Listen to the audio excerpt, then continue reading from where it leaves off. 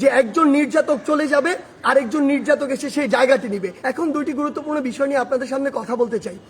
একটি বিষয় হচ্ছে যে আমরা দেখছি গতকালকে থেকে বাংলাদেশের বিভিন্ন জায়গায় ঢাকা শহর থেকে শুরু করে বিভিন্ন অপ্রত্যাশিত ঘটনা ঘটছে, সহিংসতার ঘটনা আমরা শুনতে পাচ্ছি।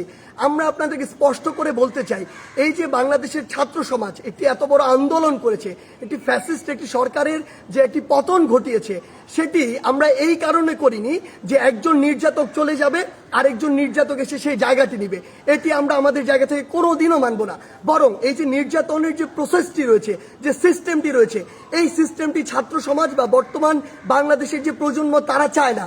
সেই নির্যাতনের সিস্টেমটি চেঞ্জ করার জন্য আমরা আমাদের এই আন্দোলনটি করেছি, এই অভ্যুত্থানটি ঘটিয়েছি পুরো বাংলাদেশের মানুষকে নিয়ে। সেই জায়গা থেকে বিভিন্ন রাজনৈতিক মতাদর্শ, সে বিরোধী মতাদর্শ হতে পারে কিংবা বিভিন্ন যে রাজনৈতিক মতাদর্শে যা ছাত্র সংগঠন বিভিন্ন রয়েছে, তাদের কথা বিভিন্নভাবে শোনা যাচ্ছে যে তারা প্রতিহিংসার বশবর্তী হয়ে এই বিভিন্ন ভাঙচুরগুলো চালাচ্ছে। আমরা স্পষ্ট করে বলে দিতে চাই, এই বাংলাদেশে এরকম যদি অন্যায় বা অপরাধ যেগুলো হচ্ছে এগুলোর অবশ্যই প্রত্যেকটির বিচার হবে। সেই জায়গা থেকে আমরা স্পষ্ট করি, আমরা কখনো আমাদের জায়গা থেকে এমন সহিংসতাগুলো সমর্থন করি না।